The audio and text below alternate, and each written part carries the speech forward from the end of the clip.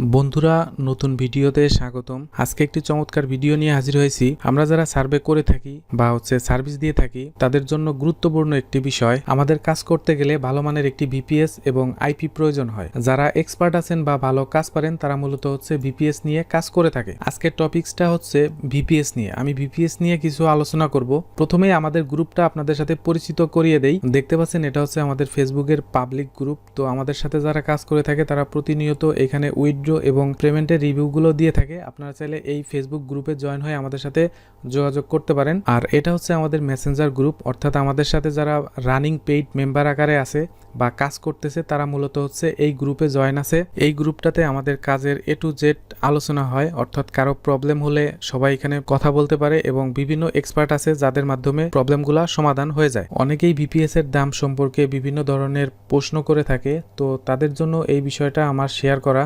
তো দেখতে পাচ্ছেন আমার এই অ্যাকাউন্টে বর্তমানে 115টা ভিপিএস রানিং আছে। আর আমাদের ভিপিএসগুলো সাধারণত 3500 টাকার আশেপাশে কেনা পড়ে। আপনাদের কাছে কিছু টাকা লাভে আমরা ভিপিএসগুলো সেল করে থাকি। তো দেখতে পাচ্ছেন অসংখ্য ভিপিএস আমার অ্যাকাউন্টে রানিং আছে। তো আপনারা যারা আমাদের মাধ্যমে ভিপিএস নিতে চান অবশ্যই আমাদের সাথে যোগাযোগ করতে পারেন। তো এখন আমরা মেন বিষয়ে আসি। আমরা মূলত আলোচনা করব রেসিডেন্সিয়াল ভিপিএস এবং নর্মাল আরডিপি বা ভিপিএস। তো স্ক্রিনে দেখতে পাচ্ছেন প্রথমটা রেসিডেন্সিয়াল ভিপিএস এবং দ্বিতীয়টা নর্মাল আরডিবি। তো আপনারা কিভাবে রেসিডেন্সিয়াল ভিপিএস এবং নর্মাল আরডিবি চিনতে পারবেন সেই বিষয়টাই আপনাদের সাথে একটু আলোচনা করব। প্রথমে আমরা নর্মাল আরডিবিটা সম্পর্কে আলোচনা করব। তো আমরা আগে নর্মাল আরডিবিটা লগ ইন করে নেই। তো প্রথমে আমরা নর্মাল আরডিবিটা সেট আপ করে নিলাম, অর্থাৎ লগ ইন করে নিলাম। তো এখন আপনারা কিভাবে বুঝবেন যে এটা নর্মাল আরডিবি নাকি রেসিডেন্সিয়াল ভিপিএস? তো আমরা দেখেন একটি ক্রোম ব্রাউজার ওপেন করি। তো এটা একটি ক্রোম ব্রাউজার। তো এইখানে আমরা প্রথমে আইপিটা চেক করে নিব। তো আমরা চেক করার জন্য whoa.net-এ যাই।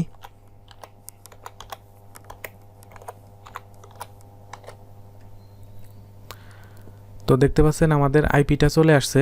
তো এটা 207 দিয়ে শুরু, অর্থাৎ 207.228.1.180। তো এটা এই ভিপিএস এর বা এই ব্রাউজারের আইপি। এখন আমরা কিভাবে বুঝবো যে এইটা নর্মাল আরডিবি না রেসিডেন্সিয়াল ভিপিএস? তো আমরা দেখেন আমরা যখন লগ ইন করলাম তখন 43.159.135.68 এটা দিয়ে লগ ইন করছি। তো এই আইপির সাথে আমাদের ব্রাউজারে যে আইপিটা শো করতেছে এটার সাথে কিন্তু কোনো মিল নেই। তার মানে এই আরডিবির ভিতরে একটি AT&Tর মান্থলি আইপি বা SOX 5 যেটাই বলেন না কেন সেট আপ করে এই আইপিটা শো করানো হয়েছে। যেমন আমরা বাংলাদেশের যে কোনো একটা ব্রাউজারে আইপি সেট আপ করে ইউএস এর লোকেশনে যাই, তেমনই একটি নর্মাল আরডিবির ভিতরে ইউএস এর একটি আইপি ব্যবহার করে এটি ভিপিএস আকারে চালানো হয়েছে। তো দেখতে পাচ্ছেন এইখানে লগ ইন আইপি 43 দিয়ে শুরু, আর আমরা যে ব্রাউজারে চেক দিলাম সেটা 207 দিয়ে শুরু। তো এটা মূল পার্থক্য। তো এখন আমরা fast.com থেকে এই নর্মাল আরডিবির ইন্টারনেট স্পিডটা চেক করব। তো দেখতে পাচ্ছেন আমরা fast.com-এ চলে গেলাম। তো সাধারণত প্রক্সি সেট আপ করা আরডিবিগুলা 100 Mbps থেকে 300 Mbps পর্যন্ত উঠে থাকে। এটা সময় ভেদে তারতম্য হয়ে থাকে। তো এটা নর্মাল আরডিবির ইন্টারনেট স্পিড। তাহলে আপনারা খেয়াল রাখবেন লগ ইন আইপি এবং ব্রাউজারের ভিতরে whoa.net-এ চেক দিলে যে আইপিটা শো করে তার সাথে মিল যদি না থাকে তাহলে ভাববেন এটা নর্মাল আরডিবি বা প্রক্সি সেট আপ করা আরডিবি। এখন আমরা রেসিডেন্সিয়াল ভিপিএসটা লগ ইন করবো। দেখতে পাচ্ছেন এটা রেসিডেন্সিয়াল ভিপিএস। তো আমরা রেসিডেন্সিয়াল ভিপিএস এর একটি ব্রাউজার ওপেন করি। তো এখানে যদি আমরা whoa.net-টা চেক দেই, তো দেখতে পাচ্ছেন আমরা whoa.net-টা চেক দিলাম। তো এইখানে দেখেন আমাদের whoa.net-এ 104.191.46.216 এই আইপিটা শো করতেছে। আর আমরা যে লগ ইন দেওয়ার সময় আইপিটা ব্যবহার করছি সেটা 104.191.46.216, অর্থাৎ লগ ইন আইপি এবং ব্রাউজারের ভিতরের আইপিটাও সেম। তার মানে এই দুইটা আইপি যদি সেম থাকে তাহলে বুঝবেন এটা রেসিডেন্সিয়াল ভিপিএস, অর্থাৎ whoa.net-এ যে আইপিটা শো করবে এই আইপির সাথে লগ ইন আইপিটা মিল থাকবে। তো এখন আমরা এই রেসিডেন্সিয়াল ভিপিএস এর ইন্টারনেট স্পিডটা চেক করব। তো এটা চেক করার জন্য আমরা আবারও fast.com-এ ঢুকলাম। তো দেখতে পাচ্ছেন নর্মাল আরডিবি থেকে এই রেসিডেন্সিয়াল ভিপিএস এর ইন্টারনেট স্পিডটা কিন্তু অনেকটাই বেশি। তো এটা সাধারণত 1000 Mbps পর্যন্ত উঠে থাকে, সময় ভেদে কম বেশি হয়ে থাকে। তো এখন আমি দুইটাই আপনাদের সামনে ওপেন করে দেখাবো, দেখতে পারবেন একদমই সেম। এখন আমি দুইটাই আপনাদের সামনে একসাথে ওপেন করে দেখাবো, দেখতে পারবেন আপনারা কোনোভাবেই এর পার্থক্য বুঝতে পারবেন না। তো দেখতে পাচ্ছেন এইখানে প্রথমে আমি নর্মাল আরডিবিটা ওপেন করলাম। তো তো এরপর আমি রেসিডেন্সিয়াল ভিপিএসটা ওপেন করলাম। দেখতে পাচ্ছেন দুইটাই কিন্তু এটিএনটি ইন্টারনেটের আইএসপি।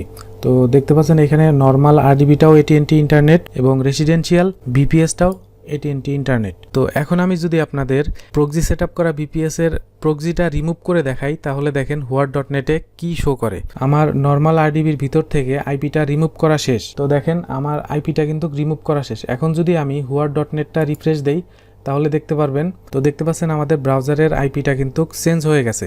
এখন আবার অনেকে মনে করতে পারে যেহেতু লগইন আইপি এবং ব্রাউজারের ভিতরের আইপি সেম, তার মানে এটা রেসিডেন্সিয়াল ভিপিএস বা রেসিডেন্সিয়াল আরডিপি। এটা কখনোই না। রেসিডেন্সিয়াল ভিপিএস এর কিছু আইএসপি থাকে, যে আইএসপি গুলা আপনাদের আমি দেখাবো, এবং কিছু সিরিজ থাকে সেগুলোও আমি আপনাদের দেখাবো। তো এই হচ্ছে মূলত প্রক্সি সেটআপ করা আরডিপি, আর এটা হচ্ছে মূলত রেসিডেন্সিয়াল ভিপিএস।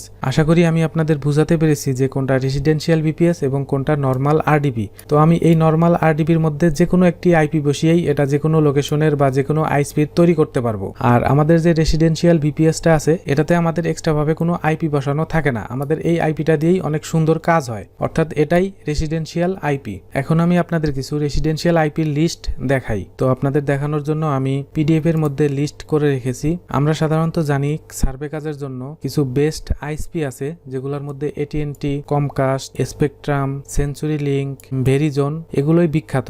অর্থাৎ এগুলাই সাধারণত রেসিডেন্সিয়াল আইপি বা ভিপিএস এর মধ্যে পড়ে থাকে। এখানে দেখতে পাচ্ছেন এগুলো হচ্ছে রেসিডেন্সিয়াল আইপি বা রেসিডেন্সিয়াল ভিপিএস এর সিরিজ।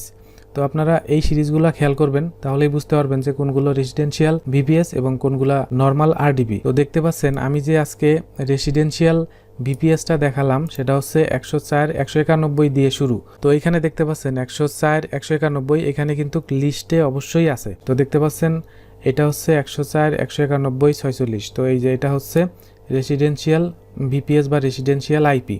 তো এটার সাথে দেখেন এটার মিল আছে। তো সাধারণত এগুলাই হচ্ছে রেসিডেন্সিয়াল আইএসপি বা রেসিডেন্সিয়াল ভিপিএস এর সিরিজ। তো আপনারা যদি রেসিডেন্সিয়াল ভিপিএস এবং নর্মাল আরডিবি সম্পর্কে আরো বিস্তারিত ভিডিও চান, আমাদের কমেন্ট বক্সে কমেন্ট করবেন।